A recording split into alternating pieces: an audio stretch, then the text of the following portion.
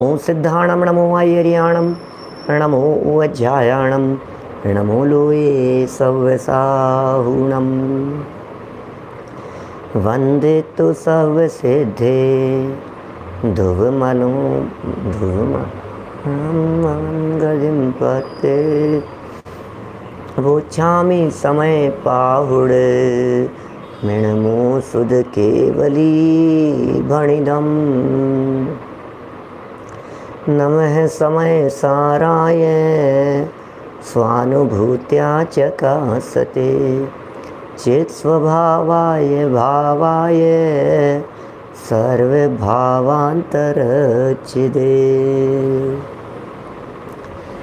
जिन स्वानुभूति से खिरी मम स्वानुभूति मधिगिरी श्री विमल धारा जैन श्रुत आनंद अमृत से भरी समता प्रवाह बहावती रागादि विकल्प तोरी के माँ सरस्वती प्रतिभाव वंदन दृष्टि निज में जोड़ी के दृष्टि निज में जोड़ी के।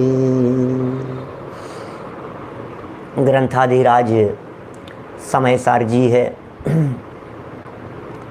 आचार्य कुंद कुंद स्वामी की यह सुंदर अनुपम रचना, एक एक बात उनके अंतर की गहराई से निकली हुई है। शब्द बहुत गंभीर हैं और उस पर लिखी गई अमृत चंद्राचार्य की टीका ने और अधिक कमाल कर दिया है। साक्षात अमृत रस का रसास्वादन इन पंक्तियों को जानकर पढ़कर होता है। प्रथम ही गाथा में साक्षात सिद्ध भगवान को वंदन किया। ध्रुव, अचल और अनुपम गति को प्राप्त वे सिद्ध भगवान हैं। ध्रुव स्वभाव के अवलंबन से ध्रुव अवस्था की प्राप्ति हुई है। वहाँ ध्रुव विशेषण दिया विनाशिक पने के अभाव के लिए। अचल विशेषण दिया गया संसार परिभ्रमण के अभाव के लिए और अनुपम विशेषण दिया गया कि संसार में तीन लोक में किसी भी प्रकार की उपमा हे सिद्ध भगवान आपको नहीं दी जा सकती है। इस तरह से वो सिद्ध दशा ध्रुव तो है ही, अचल भी है और अनुपम भी है। उत्पाद व्यय से युक्त है, इसलिए परिवर्तन तो बराबर हो रहा है, लेकिन वह परिवर्तन ऐसा परिवर्तन नहीं है कि कुछ बदलाव दिखाई देवे, वैसा का वैसा ही है। ध्रुव स्वभाव कह कर के पुकारा था यहाँ, और उस ध्रुव पर्याय को एक रूप कहा। माने ध्रुव पर्याय एक रूप नहीं, एक सी है। ध्रुव स्वभाव एक रूप है और ध्रुव पर्याय एक सी है। ऐसे शब्दों का प्रयोग भिन्न भिन्न रूप से यहाँ किया गया था। आज देखिए इन बातों को कुछ और अलग प्रकार से आगे बढ़ा रहे हैं।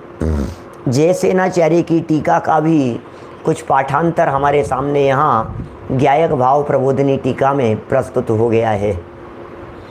विषय को आगे बढ़ाने के लिए आप लोग निकालिए पेज नंबर 9 नंबर देख लीजिए।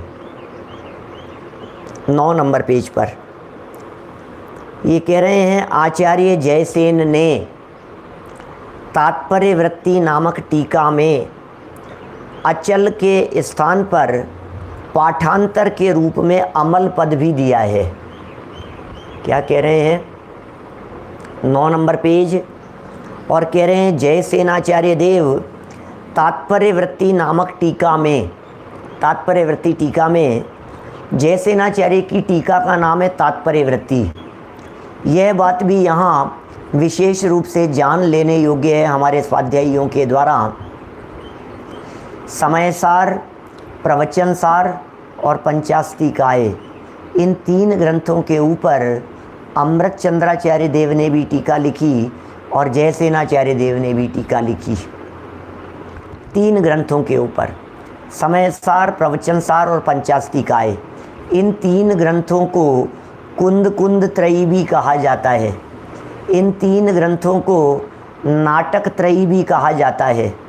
इन 3 ग्रंथों को प्राभृत त्रयी भी कहा जाता है।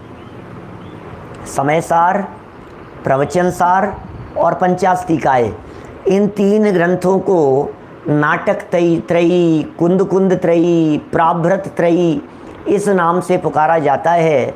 और इन तीनों ही ग्रंथों के ऊपर 2 आचार्यों ने टीका लिखी है, एक अमृतचंद्राचार्य और एक जयसेनाचार्य। अमृतचंद्राचार्य ने जो तीनों पर टीकाएं लिखी, सबके नाम अलग अलग हैं, और जयसेनाचार्य देव ने जो टीका लिखी, उन तीनों ही टीकाओं के नाम एक ही हैं। थोड़ी सी इन्फॉर्मेशन है, लेकिन हमें ज्ञान होना चाहिए। क्या कहते हैं ज़रा ध्यान दीजिएगा। समयसार की अमृतचंद्राचार्य की टीका का नाम क्या है? आत्मख्याति। क्या? आत्मख्याति टीका है। ये समयसार की टीका है, बराबर, आत्मख्याति। प्रवचनसार की टीका जो अमृतचंद्र स्वामी ने लिखी, उसका नाम है तत्व प्रदीपिका। प्रवचनसार की टीका का नाम तत्व प्रदीपिका। और पंचास्तिकाय की टीका का नाम समय व्याख्या। अब आप कहेंगे साहब ये बातें क्यों सिखा रहे हो हमारे को? इसलिए सिखा रहे हैं कि थोड़ा पता तो हो कौन सी जगह पर क्या है। कभी शब्द आएंगे आत्मख्याति में ऐसा लिखा है तो क्या समझना, जब ये कहा जाए तत्व प्रदीपिका में ऐसा लिखा है तो समझना प्रवचनसार की अमृतचंद्राचार्य की टीका में है। जब ये कहा जाए समय व्याख्या में इस प्रकार की चर्चा आई है तो समझ लेना पंचास्तिकाय के ऊपर अमृतचंद्राचार्य की लिखी गई टीका का नाम है समय व्याख्या। तो तीनों टीकाओं के नाम अलग अलग हो गए। अब जो जयसेनाचार्य की टीका है वो चाहे समयसार पर लिखी हो, चाहे प्रवचनसार पर हो, चाहे पंचास्तिकाय पर हो, तीनों का एक ही नाम है। उसका नाम है तात्पर्य वृत्ति। एक ही नाम है बस, तात्पर्य वृत्ति। जयसेनाचार्य तात्पर्य वृत्ति में कहते हैं, जयसेनाचार्य ने तात्पर्य वृत्ति लिखी है, बराबर। तो इतनी बात मोटी मोटी ध्यान रखनी है। ये इसलिए कहने का भाव आया कि अभी यहाँ अपन ने वाक्य पढ़ा, आचार्य जयसेन ने तात्पर्य वृत्ति नामक टीका में अचल के स्थान पर, माने ध्रुव, अचल, अनुपम 3 शब्द आए हैं ना, क्या? ध्रुव, अचल, अनुपम। तो यहाँ अचल के स्थान पर पाठांतर के रूप में अमल पद भी दिया है। अमल है वे, और अचल पद के साथ साथ अमल पद की भी व्याख्या की है। इसका मतलब नया शब्द भी दिया है और दोनों ही शब्दों की व्याख्या भी की है, जो इस प्रकार है। भाव कर्म, द्रव्य कर्म और नौकर्म रूपी मल से, तीनों को ही मल कह करके पुकारा है। भाव कर्म भी मल है, द्रव्य कर्म भी मल है और नौकर्म भी मल है। इन तीनों प्रकार के मल से रहित एवं शुद्ध भाव सहित होने से पंचम गति अमल है। ये जयसेनाचार्य की व्याख्याएं, वे पंचम गति को अमल कह करके पुकार रहे हैं। भरत भाई टिम्बड़िया साहब ये कह रहे हैं कि जो पंचम गति है वो पंचम गति अमल है। क्यों है? क्योंकि पंचम गति में द्रव्य कर्म, भाव कर्म और नौकर्म ये तीनों पना नहीं है, इसलिए उसे अमल कह करके पुकारा गया है। अरे मल जिसमें से पूरी तरह से निकल गया हो उसका नाम अमल है। क्या? अलग अलग है ना ये बात। पहले अचल अचल की चर्चा चल रही थी, अब जैसे ना चेहरे की टीका में अमल शब्द मिल रहा है तो अमल की व्याख्या की उन्होंने।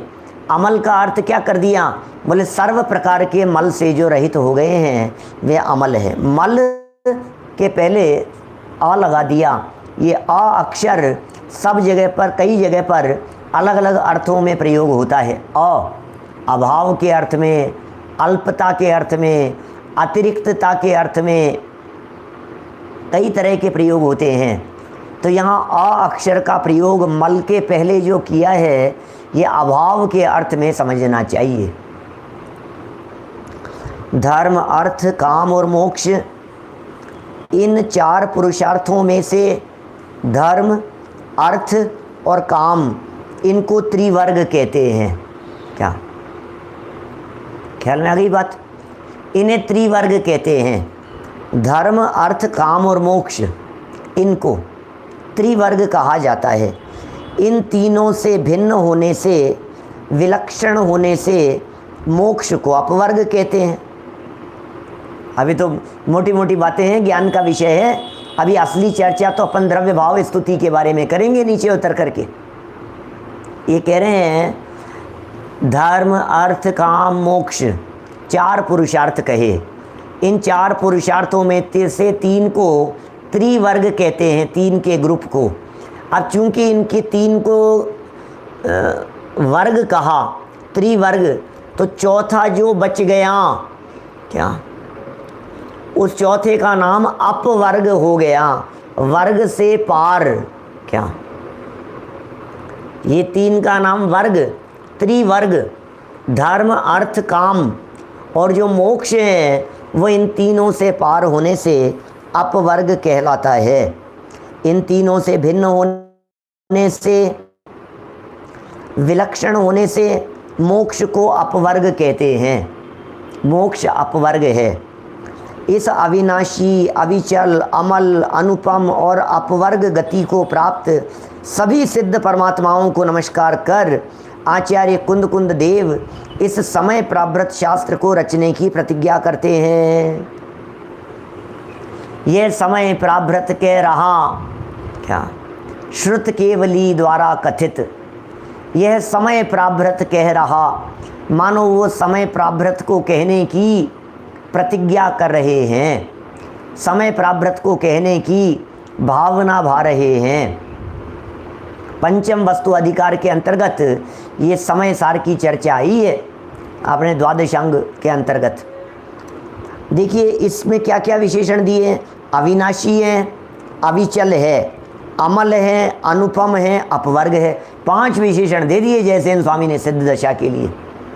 अरे हम सिद्ध दशा को प्राप्त करेंगे तो सबसे प्लस पॉइंट वो अविनाशी है। इसका मतलब हमारे उस पद को दुनिया में कोई छीन नहीं पाएगा।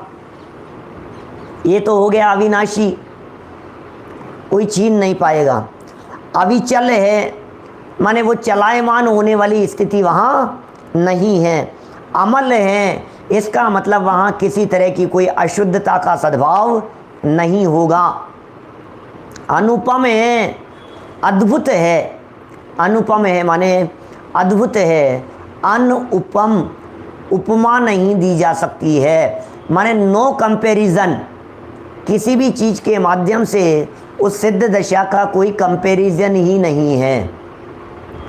होता है ना ऐसा कि साहब इसका ये इससे ज़्यादा अच्छा। अरे क्या कंपैरिजन करते हो भाई साहब, तुलना ही मत करो आप, इनकी और इनकी तुलना ही मत कीजिए। 2 व्यक्तियों की तुलना मत कीजिए, 2 बच्चों की तुलना मत कीजिए। जैसे माता पिता अपने 2 बच्चों में कौन अच्छा है इसकी तुलना नहीं करते कभी। और यदि कोई माता पिता ऐसी तुलना करने लग जावे तो फिर वे योग्य माता पिता नहीं है। अरे नहीं भाई साहब, यूनिक हैं वे दोनों ही। कोई अध्यापक अपने शिष्यों में कंपैरिजन नहीं करते, नहीं करना कभी, कभी तुलना नहीं करना इस तरह की। स्वरूप ही इसी तरह का समझा रहे हैं। लेकिन यहाँ जो सिद्ध भगवान की बात कर रहे हैं उन्हें तो किसी की उपमा भी नहीं दी जा सकती है। जगत में उपमा अलंकार प्रसिद्ध है प्रशंसा के अर्थ में।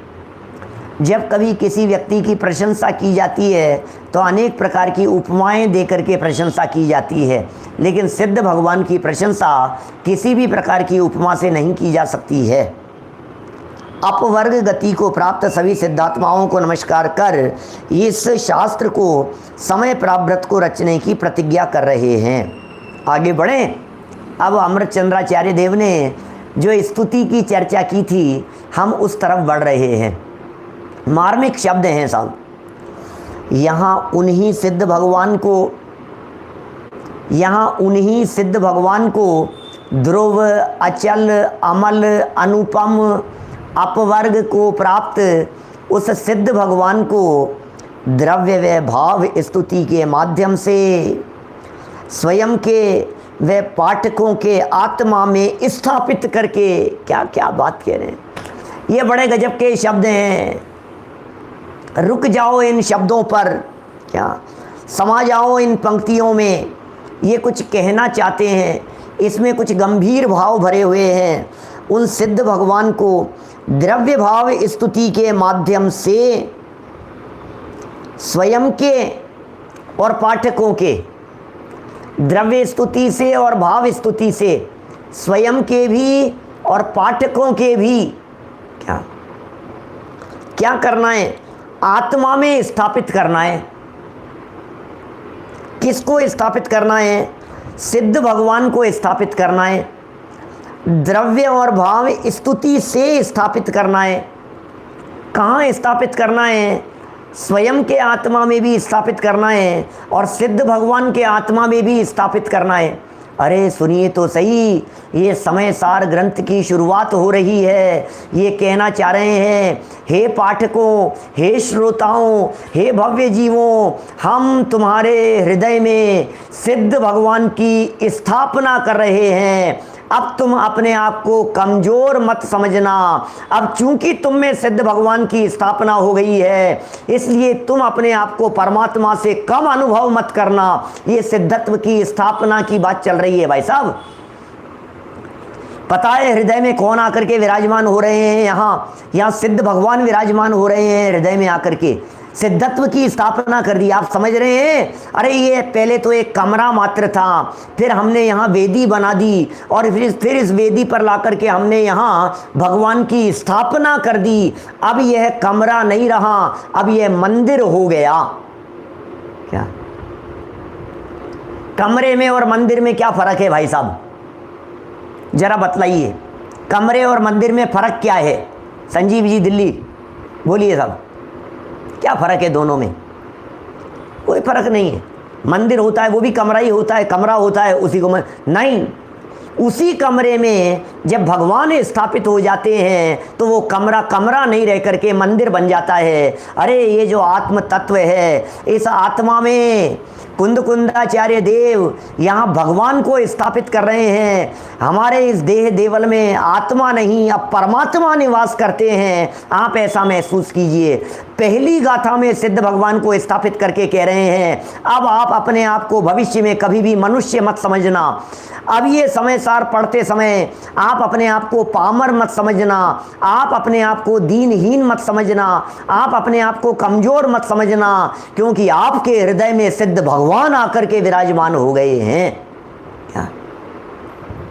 क्या बात कह रहे हैं कुंदाचार्य देव? क्या कह रहे हैं भैया? सिद्धत्व की स्थापना करके, अरे तुम्हारे हृदय में सिद्ध भगवान की स्थापना कर रहे हैं। भाई मुनिराज, क्या मैं तो पामर हूँ? देखो क्या कह रहे हैं, मैं तो पामर हूँ, मैं तो गरीब हूँ, मैं तो दीनहीन हूँ। अरे भैया मैं तो अभी यहाँ संसार दशा में हूँ, मैं तो अभी गृहस्थ हूँ, मैं तो अभी अज्ञानी हूँ, मैं तो अभी अल्पज्ञ हूँ। अरे लेकिन महाराज आप क्या कह रहे हो? अब कुंदाचार्य कहते हैं, अभी कुंदाचार्य के हृदय में देखें तो आश्चर्य लगता है। हमें कुंदाचार्य देव तो मुनिराज दिख रहे हैं और कुंद मुनिराजों को हम दीनहीन पामर नहीं दिख रहे हैं। वे कुंदाचार्य देव हमें परमात्मा देख रहे हैं। वे कुंदाचार्य देव कह रहे हैं कि भाई सुमित जी सांगानेर से, आप सुमित नहीं हैं, आप सिद्ध हैं, आप में सिद्धत्व देख रहे हैं कुंदाचार्य देव। ये बातें कैसी है भाई साहब? ये किस तरह से स्थापित कर रहे हैं, स्वयं के आत्मा में भी स्थापित कर रहे हैं। ऐसा नहीं है विवेक जी कि आपको तो सिद्ध देखें और अपने आप को मुनिराज देखें, ये कह रहे हैं स्वयं की आत्मा में और पाठकों की आत्मा में और सभी जीवों की आत्मा में सिद्धत्व की स्थापना कर रहे हैं। इसका मतलब तीन जगत के जीव उन्हें अब सिद्ध भगवान से कम नहीं दिखेंगे। इसका नाम है सिद्धत्व की स्थापना। सिद्धत्व की स्थापना, स्थापना के अंदर और मार्मिक बात है थोड़ी सी। स्थापना शब्द का मतलब यह है कि ओरिजिनल है नहीं अभी पर्याय में। पर्याय में तो जो सिद्ध हुए हैं वे तो सिद्धालय में विराजमान हैं, जो पर्याय में सिद्ध हुए हैं। यहाँ तो स्थापना निक्षेप का विषय है, यहाँ तो स्थापना कर दी गई है, यहाँ तो स्थापना के व्यवहार की बात कर रहे हैं। यहाँ तो ये महसूस करा रहे हैं कि अब ये जो शतरंज की गोटियों में से एक चले गई थी उसे अब यहाँ हाथी के स्थान पर स्थापित किया गया है। अब आप इसे चौक का टुकड़ा नहीं समझना, पत्थर का टुकड़ा नहीं समझना, अब इसे हाथी समझ करके व्यवहार करना, ऐसा कह रहे हैं। तो संसार दशा में रहते हुए भी दिगो दिया एक इंद्री, दो इंद्री, तीन इंद्री, चार इंद्री, असैनी सैनी पंचेंद्रिय, मनुष्य त्रियंश देव नार की सर्व जीवों की आत्मा में यहाँ ये कह रहे हैं कि भैया सुनो, सिद्धत्व की स्थापना करते हैं अपने अंतर में भी और आपके बाहर में भी, आपके अंदर में भी, दोनों ही जगह पर सिद्धत्व की स्थापना करते हैं। लेकिन स्थापना करने की विधि क्या है भाई साहब?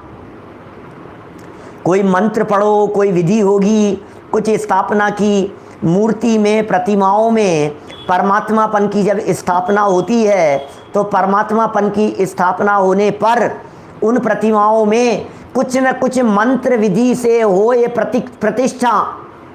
बड़े पंडित जी साहब की पंक्तियां है ना, मंत्र विधि से हो ये प्रतिष्ठा त्रिजग पूज्य बन जाता है। इसी तरह से रत्नत्रय से हो ये प्रतिष्ठा सिद्ध बन जाएगा। रत्नत्रय से प्रतिष्ठा करनी पड़ेगी भाई साहब सिद्ध बनने के लिए। जगत पूज्य बन जाता है, त्रिजग पूज्य बन जाता है। क्या बातें हैं। तो कैसे करें साहब? कौन से मंत्र पढ़े जा रहे हैं, कौन सी विधि से स्थापना की जा रही है? आखिर स्थापना की कोई विधि तो होती होगी। जिन मंदिर में वेदी पर भगवान विराजमान किए जाते हैं तो उस वेदी प्रतिष्ठा की विधि होती है ना, स्थापना की विधि होती है ना। तो यहाँ कुंदाचार्य देव कह रहे हैं भैया दो विधि है यहाँ पर और दोनों विधि की पूर्ति होगी। बोले कौन कौन सी दो विधि है? एक विधि का नाम है द्रव्य स्तुति और दूसरी विधि का नाम है भाव स्तुति। ये विधि है। क्या पंक्तियाँ हैं?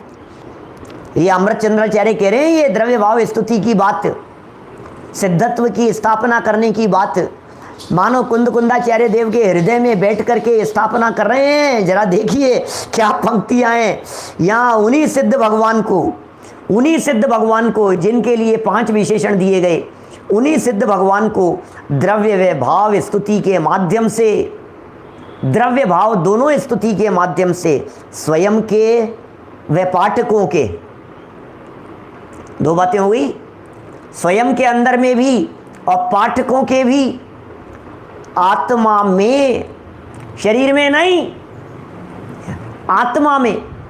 इसका मतलब शरीर तो मनुष्य ही है, अभी शरीर की अवस्था तो मनुष्यों जैसी दिखाई दे रही है। इसलिए इस शरीर को पूजने मत लग जाना, अरे मेरे में सिद्ध भगवान की स्थापना हो गई। तो क्या करें भरत भाई कि आपको अर्घ समर्पित करता हूं क्योंकि आप में सिद्धत्व की स्थापना हो गई। जितेंद्र जी साहब, मयंक जी, आप में स्थापना हो गई इसलिए मैं आपको अर्घ समर्पित। अरे नहीं, शरीर में स्थापना नहीं है, आत्मा में स्थापना करनी है भाई। शरीर पूज्य नहीं हो गया है, ये शरीर से वर्तमान में पूज्य नहीं है, ये तो अंदर की बात चल रही है। यहाँ आत्मा में स्थापित करके इस समय सार ग्रंथ को लिखने की प्रतिज्ञा की गई है। क्या होता है भाई साहब ये? नमस्कार, ये द्रव्य स्तुति और भाव स्तुति क्या है? जरा 2 मिनट 4 मिनट अपन नीचे की पंक्तियों की तरफ बढ़ते हैं। देखो जरा, सभी मुनिराज प्रत्येक अंतर मुहूर्त में आत्मा का अनुभव करते हैं। प्रत्येक मुनिराज, क्या बोलो क्या कह रहे हैं यहाँ? सभी मुनिराज, जितने भी मुनिराज हैं वर्तमान में, ये सभी मुनिराज क्या करते हैं? क्या ये प्रत्येक अंतर मुहूर्त में आत्मा का अनुभव करते हैं, शुद्धोपयोग में जाते हैं, सप्तम गुणस्थान की प्राप्ति होती है। ये बिल्कुल परम सत्य है, ये तो जिनागम का वचन है। हर अंतर मुहूर्त के अंदर अंदर उनको अंदर जाना ही होगा। उपयोग बाहर आता है, फिर उपयोग अंदर चला जाता है, फिर उपयोग बाहर आता है, फिर उपयोग अंदर चला जाता है, फिर बाहर आता है, फिर अंदर चला जाता है। अंतर मुहूर्त से ज़्यादा वे किसी भी गुणस्थान में टिक नहीं सकते। छठे सातवें की बात कर रहे हैं। पंचम गुणस्थान से ऊपर 12वें गुणस्थान तक सभी गुणस्थानों का उत्कृष्ट काल अंतर मुहूर्त ही कहा गया है। यथा योग्य अंतर मुहूर्त। हर्षवर्धन जी साहब, कहाँ से कहाँ तक? छठे से लेकर 12वें तक सभी गुणस्थानों का काल यथा योग्य अंतर मुहूर्त है। मैक्सिमम 5वें का ज़्यादा हो सकता है, 13वें का ज़्यादा हो सकता है। छठा हो चाहे 7वां हो चाहे 8वां हो चाहे 9वां 10वां 11वां 12वां, इन 7 गुणस्थानों का सबका काल ऐसा ही है। शुद्धोपयोग में जाते हैं, उनका यह शुद्धोपयोग ही भाव स्तुति है। इसे भाव स्तुति कहते हैं। शुद्धोपयोग को भाव स्तुति कहते हैं। जब अंदर में सिद्धत्व की स्थापना की और फिर कह रहे हैं भाव स्तुति के माध्यम से, इसका मतलब अपने भावों में अपने आप को सिद्ध रूप अनुभव किया। अपने भावों में अपने आप को सिद्ध रूप अनुभव किया, इसका नाम भाव स्तुति हो गया। अरे भैया, अपने आप को परमात्मा अनुभव तो करो, अपने आप को सिद्ध अनुभव तो करो। मम स्वरूप है सिद्ध समान। क्या? मेरा स्वरूप तो सिद्धों के समान है। अंतर यही ऊपरी जान, ऊपरी ऊपरी अंतर था। वास्तव में देखा जाए तो मैं तो सिद्ध ही हूँ, ऐसा कह रहे हैं यहाँ। शुद्धोपयोग ही भाव स्तुति है। कैसे शब्दों के प्रयोग कर रहे हैं? शुद्धोपयोग ही भाव स्तुति है। शुद्धोपयोग को ही भाव स्तुति कह करके पुकारा गया है। क्या कह रहे हैं भाई साहब? एक एक शब्द कितने सुंदर हैं, कितने मार्मिक हैं, कितने गंभीर हैं। शुद्धोपयोग को भाव स्तुति कह दिया गया है। और इस गाथा में जो शब्दों से नमस्कार किया गया है वह द्रव्य स्तुति है। शब्द से नमस्कार, हे सिद्ध भगवान आपको वंदन हो, ये द्रव्य स्तुति है। हाथ जोड़े, ये द्रव्य स्तुति है। शब्द रचे गए, ये द्रव्य स्तुति है। वचन बोले गए, ये द्रव्य स्तुति है। और वचन बोलते बोलते वचनातीत स्वरूप में समा गए, ये भाव स्तुति है। वचन और वचनातीत, शब्द और शब्दातीत, ख्याल में आ रही है बात? शब्द कहे और शब्दातीत अनुभव हो गया। सिद्ध कहा और सिद्ध स्वरूप अनुभव हो गया। सिद्ध कहना, सिद्ध बोलना, इसका नाम द्रव्य स्तुति। और सिद्ध ही अनुभव करना, इसका नाम भाव स्तुति। मम स्वरूप है सिद्ध समान, अमित शक्ति सुख ज्ञान निधान। मम स्वरूप है सिद्ध समान, मेरा जो स्वरूप है वो सिद्धों के समान है। क्या? मम स्वरूप है सिद्ध समान, मेरा स्वरूप तो सिद्धों के समान है, ऐसा बोलो। और भैया अपने आप को सिद्धों से कम अनुभव मत करो। सिद्धों से कम अनुभव करना भी अपराध है? हम अपने आप को क्या देख रहे हैं? मुनिराज हमारे को क्या देख रहे हैं? अमृत चंद्राचार्य मुझे परमात्मा देख रहे हैं, अमृत चंद्राचार्य मुझे सिद्ध देख रहे हैं, कुंद कुंदाचार्य देव मुझे परमात्मा देख रहे हैं, और मैं अपने आप को पामर देख रहा हूँ। कितना फ़र्क है बोलो? दृष्टि में कितना फ़र्क है? आचार्यों की दृष्टि और हमारी दृष्टि, इन दोनों में कितना फ़र्क है? नहीं है ज़मीन आसमान का अंतर उनकी दृष्टि और हमारी दृष्टि में। ऐसा भी कह सकते हैं हमारी दृष्टि छिद्र देखने वाली है, ऐसा भी कह सकते हैं हमारी दृष्टि विकार देखने वाली है, ऐसा भी कह सकते हैं हमारी दृष्टि कमियां देखने वाली है। और सिद्ध भगवान की दृष्टि या क्या कह सकते हैं, कुंदकुंदाचार्य देव की दृष्टि, अमृतचंद्राचार्य की दृष्टि परिपूर्णता देखने वाली है। वे हमें परिपूर्ण देख रहे हैं और हम अपने आप को अपूर्ण देख रहे हैं। और मुझे क्षत्र चूड़ामणि का वो वाक्य याद आता है, वो पंक्ति याद आती है वादीप सिंह आचार्य देव की, जो जैसा देखते हैं वे वैसा बन जाते हैं।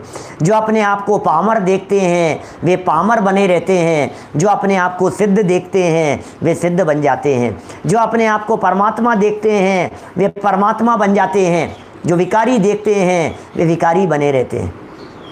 ऐसा है भाई साहब स्वरूप। कितने सुंदर शब्द दिए हैं। शुद्धोपयोग भाव स्तुति है। क्या शुद्धोपयोग भाव स्तुति है, और शब्दों से नमस्कार किया वो द्रव्य स्तुति है। देखिए आगे पंक्तियां क्या कह रहे हैं। सिद्ध समान सदा पद मेरो की सूक्ति के अनुसार सभी आत्मा सिद्ध समान तो हैं ही, और प्रत्येक आत्मार्थी का अंतिम साध्य भी सिद्ध दशा ही है। सिद्ध समान सदा पद मेरो की चर्चा चल रही है ना। अब इसमें सदा पद, सिद्ध समान सदा पद, सदा पद माने क्या है? द्रव्य दृष्टि से तो प्रत्येक आत्मा सिद्धों जैसा है ही क्या, लेकिन प्रत्येक आत्मार्थी का साध्य भी सिद्ध दशा है क्या। हर आत्मार्थी व्यक्ति ये चाहता है सिद्ध दशा की प्राप्ति होवे, सिद्ध दशा की प्राप्ति होवे, वह मेरा साध्य है। अरे अंतिम लक्ष्य तो वही है। पूर्णता के लक्ष्य से शुरुआत ही सच्ची शुरुआत है। पूर्णता का लक्ष्य होना चाहिए क्या। खो जाओ अपने में। हर्षवर्धन जी साहब, है आज मुक्ति का उद्घाटन। यही कारण है कि इस परम मंगलमय प्रसंग पर वे अपने और पाठकों के आत्मा में सिद्धत्व की स्थापना करके इस महान कार्य का आरंभ करते हैं। अरे हम ऐसा भी कह सकते हैं सिद्धों की साक्षी रख करके इस कार्य का प्रारंभ कर रहे हैं, और कार्य के प्रारंभ में सिद्ध भगवान को याद कर रहे हैं कि साहब ये कार्य क्यों किया जा रहा है, ये समय सार क्यों लिखा जा रहा है, इस समय सार ग्रंथ को लिख करके क्या हासिल होगा, कि इस समय सार ग्रंथ को लिखने का प्रयोजन सिद्ध दशा की प्राप्ति करना है। सिद्ध को स्थापित कर दूं।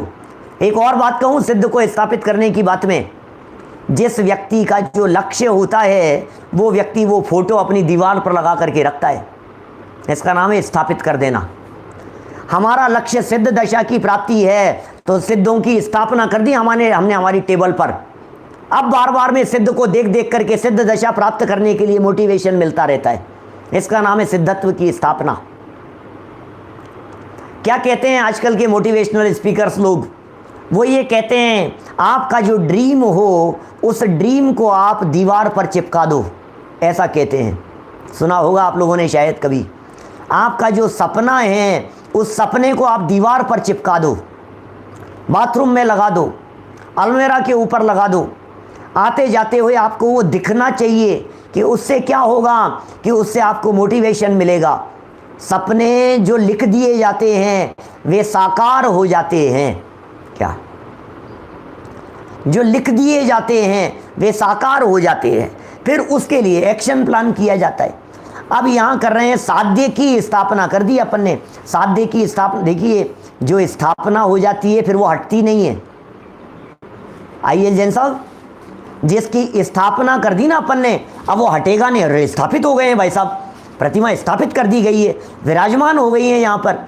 अब हमने सिद्धत्व की स्थापना कर दी, इसका मतलब हमारे को अपने आत्मा में सोते उठते खाते पीते नहाते धोते कोई भी कार्य करते हुए हमें सिद्ध दिख रहे हैं, सिद्ध दिख रहे हैं, सिद्ध दिख रहे हैं। अरे सिद्ध दिख रहे हैं माने सिद्ध दशा प्राप्त करने की प्रेरणा भावना ये बराबर बनी हुई है, इसका नाम है सिद्धत्व की स्थापना क्या। अब तो जरूर बार बार में, जैसे युगल जी बाबू जी साहब ने लिखा ना, निश्चित तेरे सदृश प्रभु अरिहंत अवस्था पाऊंगा, इसी तरह की बात कह रहे हैं। अरे निश्चित इस सिद्ध दशा को देख देख करके जहाँ देखो आपको कहीं कोई अटकन महसूस होती हो, तुरंत सिद्ध दिखे अंदर में, लगा अरे यार मैं कहाँ अटक रहा हूँ, मुझे तो छोटी छोटी सी चीज़ें हैं, मुझे इनमें अटकना थोड़ी ना है, मेरी मंजिल तो सिद्ध दशा है। मैं कहाँ राग द्वेष में अटक गया, मैं कहाँ लड़ाई झगड़े में अटक गया, मैं कहाँ छोटी छोटी सी बातों में अटक गया, क्या मैं कहाँ छोटी बातों के अंदर मन मुटाव करने लगा। ये मेरा कोई लक्ष्य थोड़ी ना है, मुझे तो वहाँ तक पहुँचना है। क्या अध्यात्म जी साहब, मुझे तो वहाँ तक पहुँचना है, सिद्ध दशा तक, वो मेरा प्राप्तव्य है। क्या आदर्श तुम ही मेरे, हे सिद्ध भगवान, इसका नाम स्थापना है। ये स्थापना करके महान कार्य प्रारंभ कर रहे हैं। बोलो कैसी गजब की बात कह रहे हैं, स्थापना करके महान कार्य प्रारंभ कर रहे हैं। स्थापना तो करो, इसका मतलब सिद्धों की साक्षी में, इसका मतलब सिद्धों को बैठा करके, क्या सिद्धों को बिठा करके इस कार्य को प्रारंभ कर रहे हैं। हम सामने सिद्ध भगवान को बिठा दिया है, अब जो भी काम होगा सिद्धों की साक्षी में होगा। चलो देखो, अभी साक्षी वाक्षी की भी और चर्चा करेंगे यहाँ। अभी देखिए, आचार्य देव कहते हैं कि मैं अपनी ओर से कुछ भी कहने वाला नहीं हूँ। आगे सुध केवली वणिदम, सुध केवली वणिदम, उसकी व्याख्या चल रही है। अब आगे टीका संपन्नता की ओर बढ़ रही है। आचार्य देव कहते हैं कि मैं अपनी ओर से कुछ भी कहने वाला नहीं हूँ। इस समय सार में मैं जो कुछ भी कहूँगा, इस समय सार में जो कुछ भी कहूँगा, जो कुछ भी बात कही जाएगी, वह सब वस्तु स्वरूप के अनुरूप तो होगी ही, होगा ही। इसका मतलब मेरे द्वारा कहे गए वचन ये वस्तु स्वरूप के अनुरूप तो होंगे ही। क्या सर्वज्ञ परमात्मा की दिव्य ध्वनि के अनुसार भी होगा। आप क्या सोच रहे हैं, हम जो ये बात कह रहे हैं, ये बातें अनुभव के अनुसार तो होगा ही, वस्तु स्वरूप के अनुसार तो होगा ही। हम दुनिया को, जगत को, पदार्थों को, वस्तुओं को जिस स्वरूप से देखते हैं उसी स्वरूप के अनुसार तो प्रतिपादन करेंगे ही। सर्वज्ञ भगवान की वाणी के अनुसार और दिव्य ध्वनि के अनुसार भी प्रतिपादन होगा। पहली गाथा है भाई साहब, पहली गाथा है। गणधर देव रचित द्वादशांग के अनुसार भी होगा। क्या वस्तु स्वरूप के अनुसार होगा, सर्वज्ञ भगवान के ज्ञान के अनुसार होगा, गणधरों द्वारा रचित द्वादशांग के अनुसार होगा, तथा शुद्धात्मा और संपूर्ण पदार्थों के सही स्वरूप को प्रकाशित करने वाला ही होगा। शुद्धात्मा के स्वरूप को भी प्रकाशित करेगा और जगत के स्वरूप को भी प्रकाशित करने वाला होगा। यह काम मैं स्वपर के कल्याण के लिए ही कर रहा हूँ कि भैया ये काम क्यों कर रहे हो, अवार्ड मिलेगा आपको, क्या ऑथर हो जाओगे आप किताब के, आपको पुरस्कार मिलेगा, नोबेल पुरस्कार मिलेगा आपको। अरे नहीं नहीं भैया, ये काम तो मैं अपने और अपने साथियों के, साधर्मियों के कल्याण के लिए कर रहा हूँ। वह स्व पर कल्याण भी कोई लौकिक प्रयोजन की सिद्धि कराने वाला नहीं है। स्व पर कल्याण, आपका कल्याण होगा भाई साहब, मैं कह रहा हूँ ना, आप एक बार करके तो देखो ये बिजनेस, पैसा बरसेगा, कल्याण हो जाएगा आपका। अरे भाई कौन से पैसे की बात कर रहे हो, कौन सी यश प्रतिष्ठा की बात कर रहे हो, कौन से मान सम्मान की बात कर रहे हो, कौन से दुनियादारी में उलझाने की बात कर रहे हो।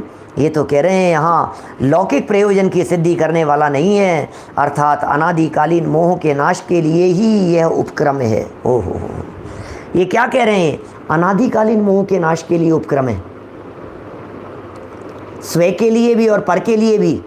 तो क्या कुंदकुंदाचार्य, अमृतचंद्राचार्य देव मिथ्या दृष्टि थे, मोह नाश की बात कर रहे हैं, चारित्र मोह के नाश की बात कर रहे हैं। दर्शन मोह तो मिथ्या दृष्टि जीवों में अनादिकाल से है ही।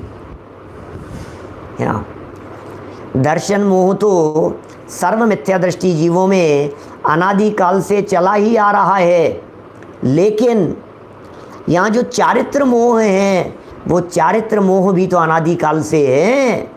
क्या मोह के नाश की विधि बतला रहे हैं, मोह के नाश के लिए किया गया ये उपक्रम है।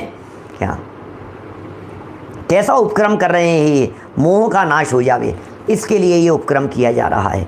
चलिए और देखिए जरा आगे क्या बात कह रहे हैं यहाँ पर। माने शब्दों को देख देख करके ही हमारे को ऐसा प्रतीत होने लगता है ये किस तरह की बात कह रहे हैं। इन शब्दों को देख देख करके ये कह रहे हैं किस लिए कर रहा हूँ, किस लिए हो रहा है ये सारा काम, ये कह करके क्या कहना चाह रहे हैं, ये क्यों सिद्धों की साक्षी दे रहे हैं, ये सिद्ध भगवान को क्यों विराजमान कर रहे हैं। पता है, जब भी कोई उत्तम कार्य किए जाते हैं, मंगलमय कार्य किए जाते हैं, तो क्या किया जाता है, क्या जब भी मंगलमय कार्य किए जाते हैं तो क्या होता है, साक्षी होती है।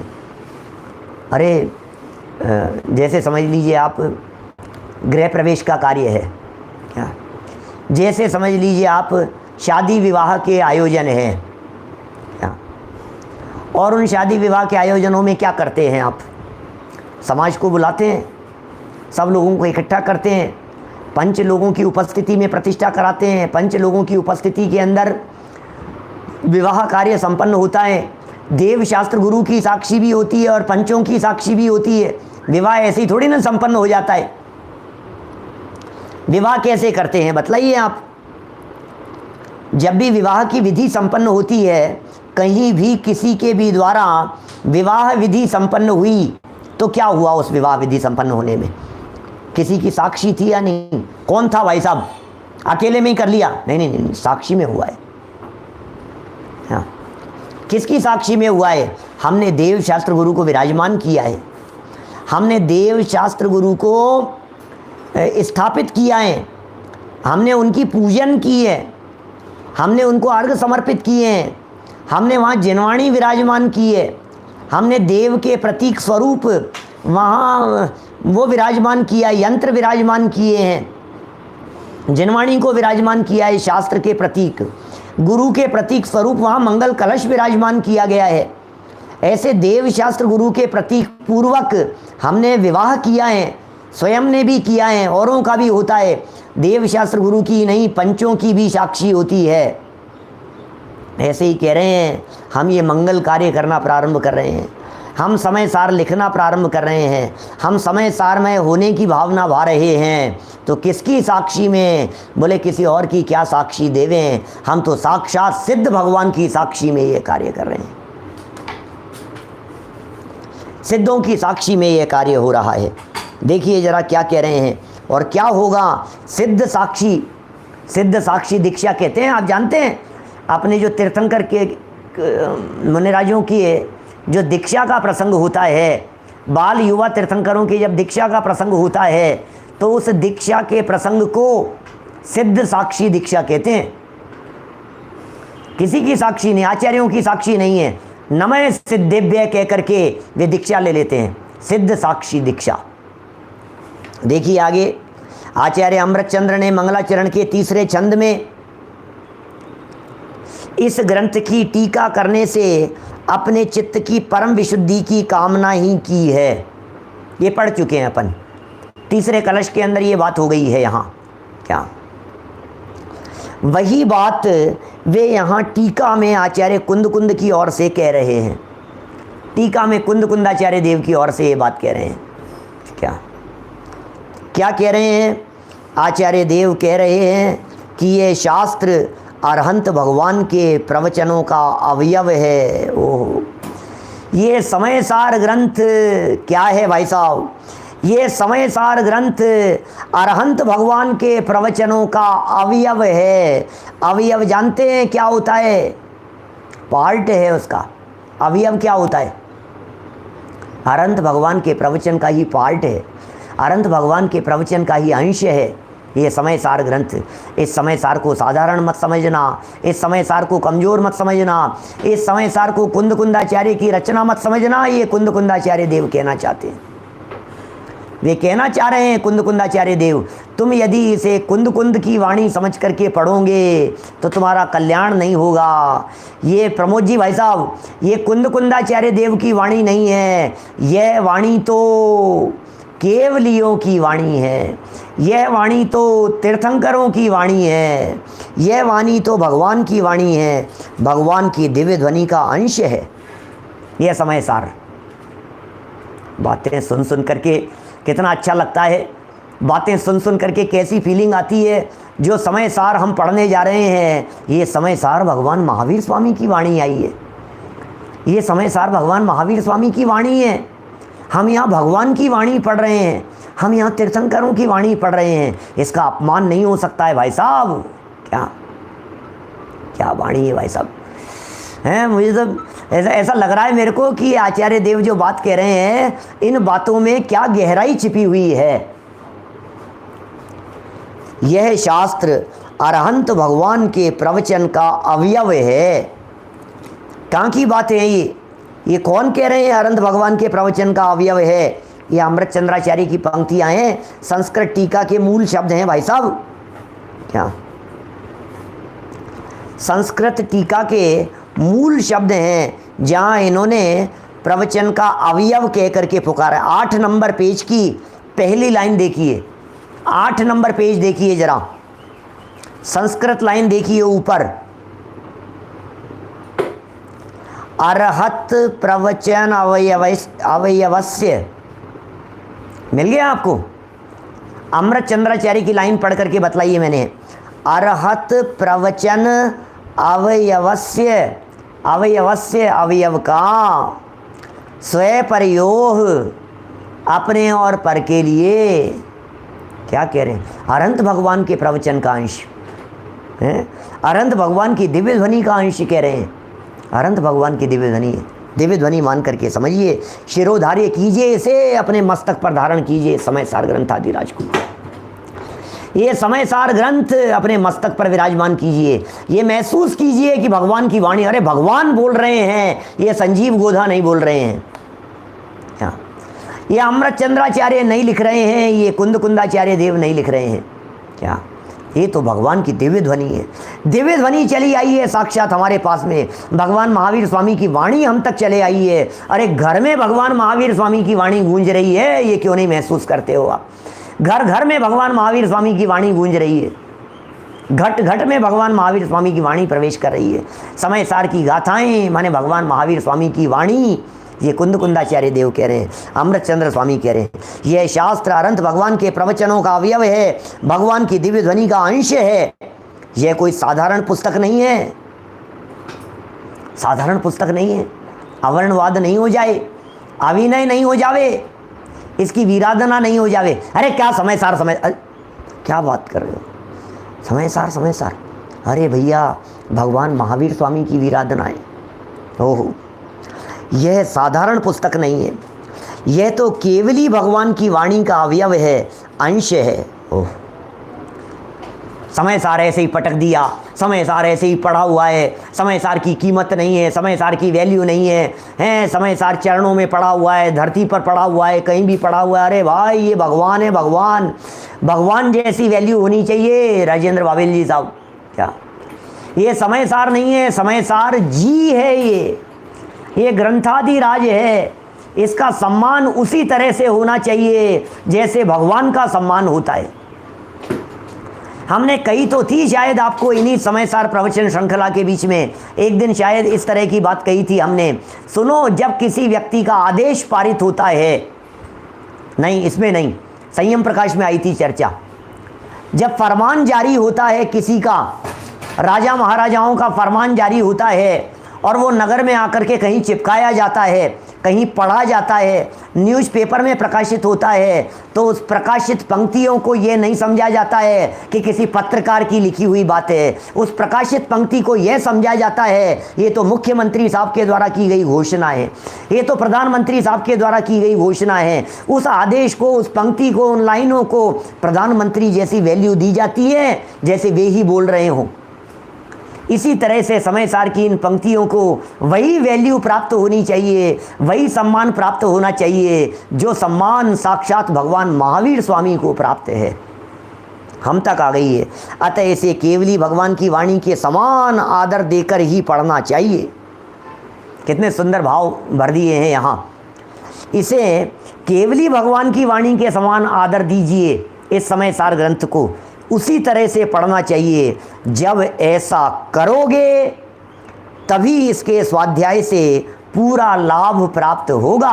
निर्मल चंद जी साहब क्या कह रहे हैं? जब आप इसे भगवान की वाणी समझ करके पढ़ेंगे तभी इसका पूरा लाभ प्राप्त होगा।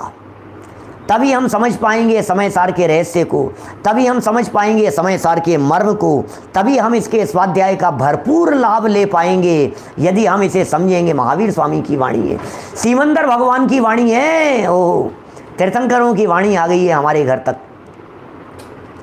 मक्खन ही परोसा है छाछ को नितार के, जिन वाणी को रखना अरे भव्यों संभाल के।